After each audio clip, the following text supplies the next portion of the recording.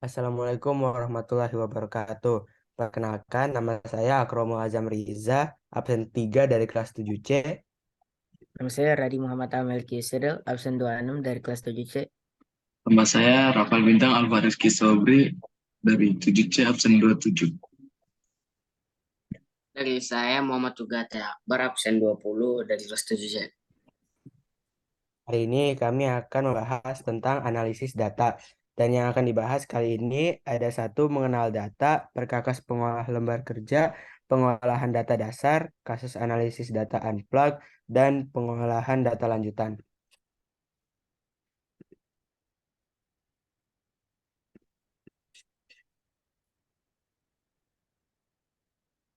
Satu, mengenal data. Apa itu data? Data berasal dari kata dalam bahasa Latin datum yang artinya adalah fakta, keterangan yang benar dan nyata yang dapat dikumpulkan dan dapat dijadikan dasar kajian, analisis atau kesimpulan. Dalam bidang informatika, data disimpan dalam bentuk yang dapat diproses oleh komputer, seperti representasi digital dari teks, angka, gambar, grafis, suara, audio, atau video. Data dapat bersifat kualitatif yang berarti menggambarkan sesuatu atau kuantitatif yang berupa informasi numerik atau angka. Data dapat direkam atau diinput, disimpan, dan ditampilkan. Banyak peralatan sehari-hari yang diam-diam mengumpulkan data. Misalnya sebuah alat potret mengumpulkan foto dalam kameranya. Setiap kali dipakai memotret, ada juga objek atau peralatan yang mengumpulkan data terus-menerus dan diam-diam.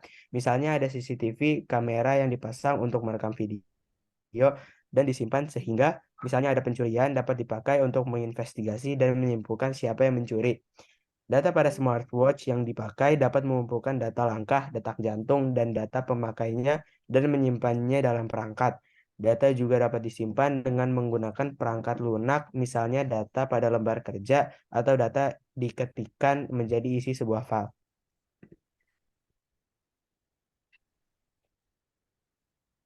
Dua, satuan ukuran data. Data yang disimpan dalam komputer mempunyai satuan byte, kilo, KB, MB, GB, TB, atau PB dengan ekuivalensi sebagai berikut. Tabel 5 seperti tabel 5,1 satuan ukuran data di bawah tersebut. Itulah sebabnya jika kalian membeli komputer atau media penyimpanan data seperti flash disk, hard disk, compact disk, atau CD dan lainnya, kalian bisa memilih kapasitas memori penyimpanan datanya. Tiga, apa itu analisis data? Secara sederhana, analisis data adalah proses pengumpulan dan pengorganisasian data untuk menarik kesimpulan yang berguna dari data tersebut.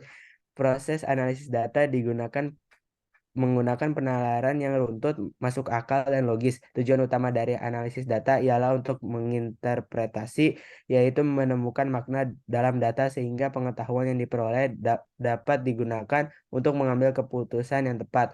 Proses menganalisis data mencakup mencari pola, kesamaan, perbedaan, kecenderungan, tren, atau hubungan lainnya, serta memikirkan tentang makna dari pola-pola ini. Empat, apa itu interpretasi data? Interpretasi data adalah memberikan kesan pendapat atau pandangan terhadap sesuatu. Interpretasi juga dapat berarti menafsirkan data sehingga data menjadi bermakna. Prosesnya ialah dengan menganalisis, mempelajari hubungan antar data berdasarkan sudut pandang tertentu dan menyimpulkan hubungan yang dipelajari. Misalnya, kalian diberi data kapasitas memori komputer sebagai berikut. Apa interpretasi kalian? 5. Mengapa perlu analisis data? Menganalisis dan menginterpretasi data diperlukan untuk menyimpulkan atau mengambil keputusan. Kalian akan dapat mengambil kesimpulan dengan baik berdasarkan data. Misalnya, untuk menentukan pakaian hangat atau dingin. Akan lebih akurat jika mempunyai data temperatur ruangan daripada hanya dengan perasaan. 6. Kegiatan apa yang akan kalian lakukan terkait analisis data? Kalian akan belajar untuk entry, merekam, menginput, memasukkan data hasil pengamatan atau data yang berasal dari sumber yang diberikan ke dalam format yang dapat diproses oleh komputer. Proses ini dapat dilakukan secara manual atau dengan memakai aplikasi lembar kerja. Kalau datanya banyak, tentunya lebih mudah jika memakai aplikasi lembar kerja. Selanjutnya, data tersebut kalian olah untuk mendapatkan beberapa besaran statistik. Kemudian kalian analisis untuk melakukan kesimpulan. Perkakas pengolah lembar kerja. 1. Mengenal perkakas ketika kalian membuka aplikasi Microsoft Excel. Pertama kali akan muncul tampilan seperti ini. Microsoft Excel sudah menyediakan beberapa template yang dapat langsung digunakan untuk aktivitas ini. Pilih menu Blank Workbook. Blank Workbook akan menampilkan halaman worksheet kosong seperti gambar di atas. Untuk menyimpan dokumen worksheet, pilih menu File lalu Save As. Biasakan segera menyimpan hasil kerja pada tahap penting dan tidak menunggu sampai selesai agar kalian tidak kehilangan hasil kerja. Kalian dapat memilih akan menyimpan dokumen ini di mana dengan memilih Browse. Simpan pada tempat penyimpanan di komputer kalian. Dokumen dapat digabungkan dalam satu folder yang sama atau berbeda. Ikuti perintah dari guru kalian. A. Bagian 1 menunjukkan Quick Access Toolbar. Bagian ini menampilkan menu atau fitur yang sering digunakan. B. Bagian 2 menunjukkan ribbon. Di sini kita dapat mengatur banyak hal terkait aplikasi Microsoft Excel.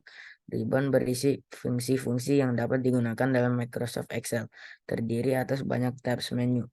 Tabs menu yang ada secara default yaitu File Home, Insert, Page Layout, Formulas, Data, Review, View, dan Help. Apabila kalian menambahkan objek tertentu, ada tabs tambahan yang tampil dan berisi fungsi khusus untuk objek tersebut. Tabs ini disebut contextual tabs. Pada setiap tabs, fungsi yang ada dikelompokkan lagi ke dalam grup menu. Contoh untuk tabs Home yang termasuk grup menu adalah clipboard, font, alignment, number, style, cell, editing, dan ideas. Ribbon dapat diminimize serta di-customize isinya.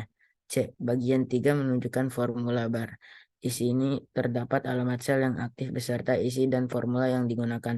D. Bagian 4 menunjukkan worksheet yang terdiri atas kumpulan sel yang terbentuk dari baris atau row dan kolom atau kolom di bagian ini. Kalian dapat melakukan pengolahan data melalui formula. E. Bagian 5 menunjukkan kumpulan worksheet dalam satu file atau workbook. Bisa terdapat banyak worksheet sekaligus. 2. Worksheet. Setiap workbook dapat terdiri atas banyak worksheets. Setiap worksheet terdiri atas kumpulan cells yang terbentuk dari baris atau row dan kolom atau kolom. A. Cell dan range. Cell terbentuk dari titik pertemuan antara kolom atau kolom dan baris atau row. Huruf yang menggambarkan urutan kolom dan angka menggambarkan urutan baris. Contoh sel D3. Artinya sel berada di kolom D dan baris 3 yang menunjukkan alamat dari sel tersebut. Kumpulan dari beberapa sel disebut range. Contoh range B4 banding B5. Artinya sel terpilih adalah baris 4 dan 5 dari kolom B. Range dapat terdiri atas sekumpulan sel dari kolom yang sama. Contoh F2, F5. Sekumpulan sel dari baris yang sama, contoh C1, J1, maupun sekumpulan sel dari kolom dan baris tertentu, contoh 3, C5.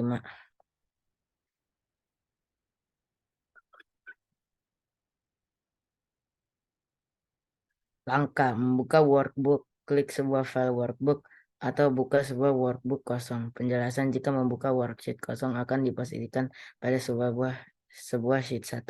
Jika file sudah ada sebelumnya akan diposisikan pada sheet terakhir yang dibuka. Select klik nama sheet yang dipilih. Penjelasan worksheet aktif adalah sheet 1 dan sheet 2 menampilkan worksheet yang sedang disorot. Rename. Cara 1. Klik kanan di bagian worksheet yang dimaksud lalu pilih menu rename. Cara 2. Klik 2 kali pada sheet yang aktif. Nama worksheet akan tampil dalam bentuk yang bisa diubah ketika nama barunya. Insert atau menambahkan worksheet baru. Cukup menekan tanda tambah di samping worksheet paling kanan. Worksheet baru akan muncul di sebelah kanan worksheet aktif. Move untuk memindahkan posisi sebuah worksheet. Cara 1, pilih worksheet yang dimaksud, lalu tahan dan geser ke posisi baru yang diinginkan. Cara 2, klik kanan di worksheet yang akan dipindah, lalu pilih menu Move or Copy.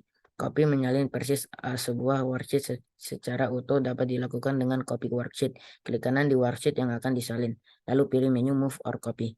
Cara 2, Move dan Copy. Sesudah menu Move or Copy ditekan akan muncul dialog box di mana kalian dapat memilih posisi barunya, lalu tekan OK apabila ingin menyalin worksheet. Jangan lupa menekan checklist create a copy, lalu tekan OK.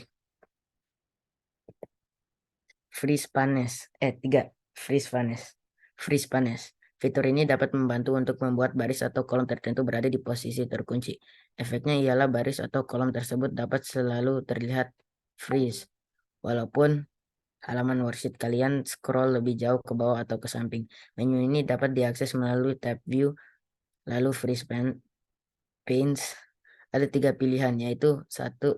Freeze Panes, mengunci baris dan kolom tertentu. 2. Freeze Top Row, mengunci baris paling atas saja, baris 1. 3. Freeze First Column, mengunci kolom pertama saja, kolom A. Untuk melepas kunci terhadap baris tadi, kita dapat memilih fitur Unfreeze Panes. Fitur ini akan muncul setelah kita berhasil melakukan kunci terdapat baris kolom sel tertentu. 4. Cell references dalam file worksheet. Kalian dapat mengambil data yang berasal dari sel lain. Dalam pemanggilan sel tersebut terdapat 3 cara, yaitu relatif, absolute, dan mixed references. Perhatian, pemanggilan data maupun formula pada worksheet selalu menggunakan tanda sama dengan di bagian depan. Contoh sama dengan A4 atau sama dengan A1 tambah A2. 5. Format cells di file worksheet. Kalian dapat mengatur format tampilan untuk setiap selnya tanpa mengubah nilai dari isi sel yang ada. Secara umum, fitur format cells ini dapat diakses dengan melakukan klik kanan pada sel yang ingin diatur, lalu pilih menu. Format cells, lalu akan muncul dialog box yang berisi pilihan untuk mengatur sesuai format yang disediakan. Format yang dapat diatur terkait dengan number, alignment, font, border, fill, dan protection. Pengolahan data dasar. 1. Fungsi dasar perkakas atau tools. Pengolah lembar kerja memiliki banyak formula, tetapi ada beberapa formula yang sering digunakan. Kalian akan mempelajari fungsi-fungsi tersebut. Semua penggunaan formula dapat memanfaatkan relatif, absolute, atau mixed cell reference. Sum dan count fungsi yang paling sering digunakan. Sum untuk menghitung total jumlah nilai pada range tertentu, count untuk menghitung jumlah data pada range tertentu. Kriteria untuk menjumlahkan bisa lebih dari 1. Ingat, sebuah sel adalah range terkecil adalah sel. D. SUMIF. Untuk satu kondisi tertentu dan datanya sama dengan yang akan dijumlahkan. Data langsung menggunakan SUMIF dengan 2 parameter. Apabila kondisi dan data yang akan dijumlahkan berada di baris atau kolom yang berbeda, dapat menggunakan SUMIF dengan 3 parameter. Kalian akan mencoba beberapa contoh implementasi fungsi SUMIF menggunakan sebagian data jumlah kunjungan wisatawan mancanegara ke Indonesia pada tahun 2017. Oke, COUNTIF. Jika ingin mengetahui jumlah data berdasarkan suatu kondisi tertentu saja, dapat menggunakan fungsi COUNTIF. Adapun untuk kondisi lebih dari 1, dapat menggunakan fungsi COUNTIF. Kalian akan menggunakan data yang sama dengan data yang digunakan pada penjelasan fungsi SUMIF dan SWIFT sebelumnya, yaitu data jumlah kunjungan wisatawan mancanegara ke Indonesia pada tahun 2017.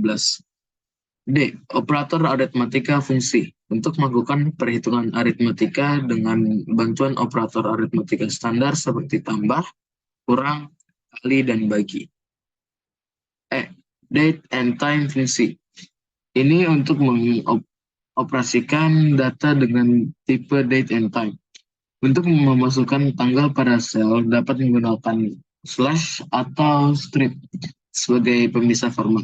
Untuk memasukkan waktu pada sel dapat menggunakan *2 data tanggal dan waktu dapat dimasukkan langsung dalam satu sel yang sama.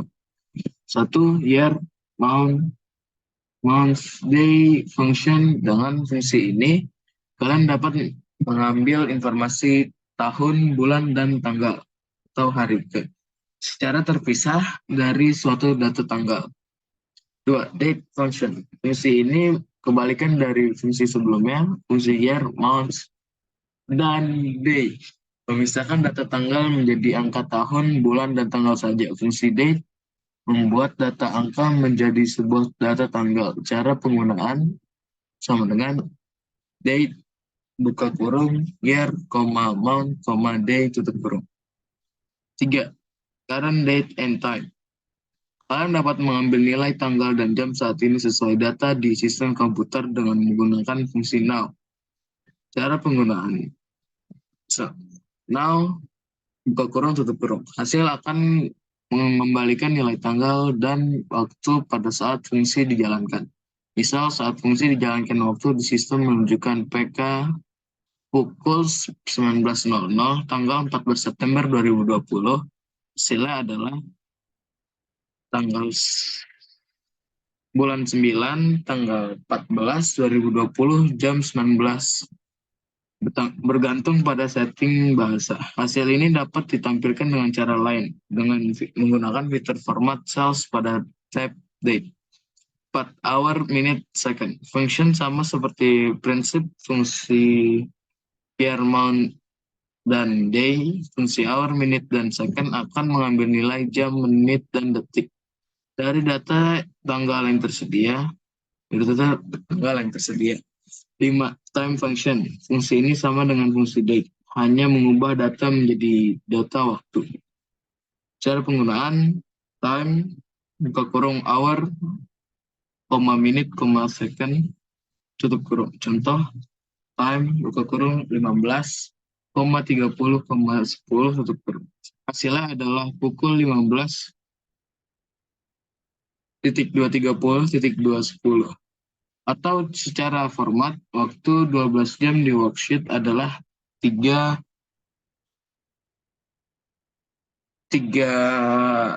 jam 3:30 dan 10 detik PM. F. Teks fungsi yang digunakan untuk mengolah data dengan tipe teks. Semua nilai teks pada fungsi dapat diisi dengan teks langsung atau memanfaatkan cell reference. 2. Fungsi statistik dasar.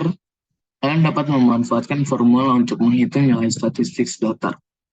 Statistik berkaitan erat dengan analisis data, yang termasuk dalam fungsi statistik dasar antara lain rata-rata, nilai tengah, nilai terbesar, dan nilai terkecil.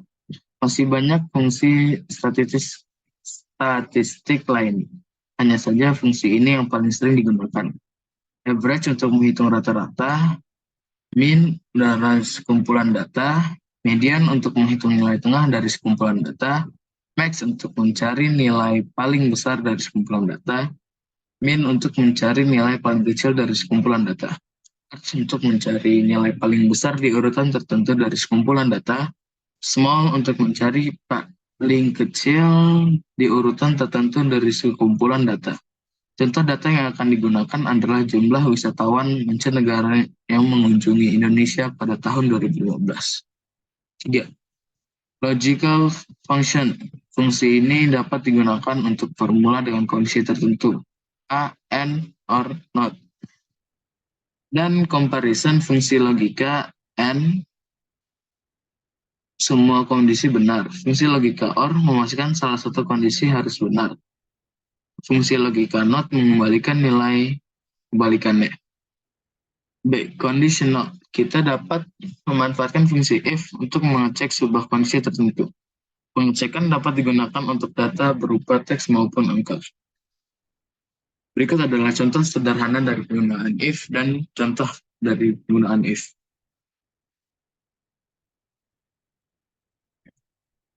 C. Pemeriksaan apakah data salah fungsi ini dapat membantu untuk membersihkan data. Ada beberapa formula yang akan mengembalikan nilai value atau error. Dengan bantuan fungsi if error, apabila ada nilai error, kalian dapat mengubahnya menjadi sebuah nilai tertentu lainnya. D. Pengolahan data lanjutan. 1. Sort. Kalian dapat melakukan pengurutan atau sorting data. Pengurutan dapat dilakukan untuk data, angka, maupun teks. Pengurutan juga dapat dilakukan berdasarkan satu atau beberapa kondisi. Contohnya, kita akan menggunakan data jumlah wisatawan mancanegara yang masuk ke Indonesia berdasarkan kebangsaan pada tahun 2017.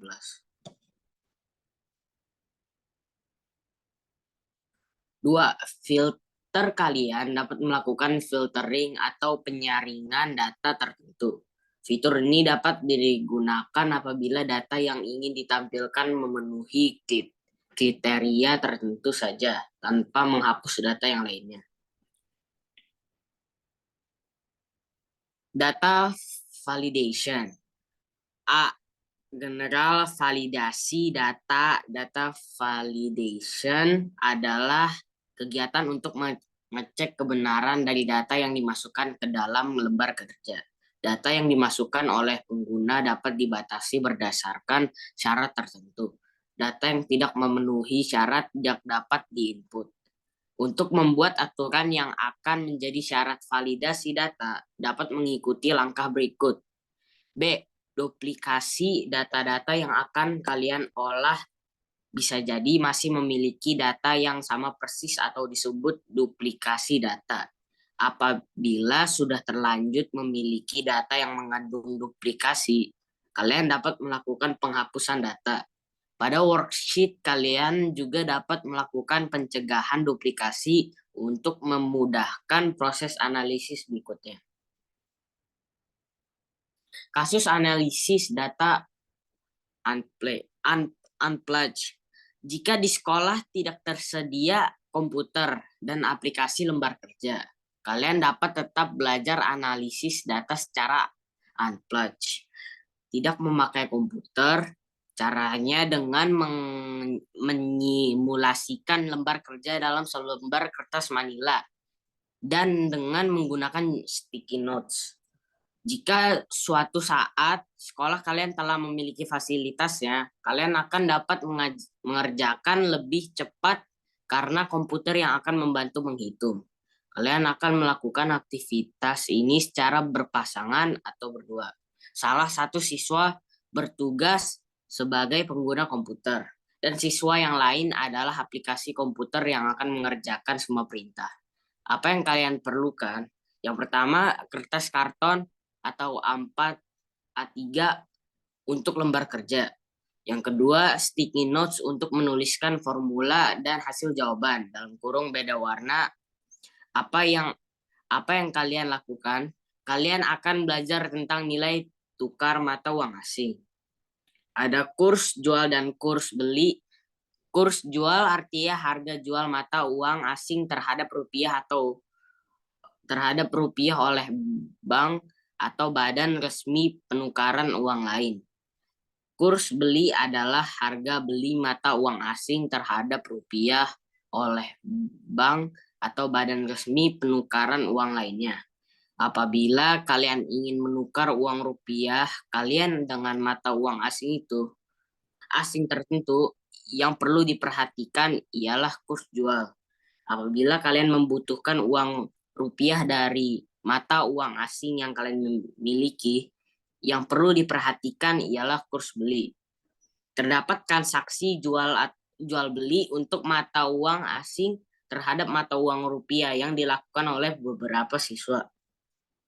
Kalian akan diminta untuk menghitung hasil tukarnya dalam nilai rupiah dan melakukan analisis data sederhana. Semua aktivitas ini dilakukan secara unplugged dengan membuat simulasi worksheet pada kertas.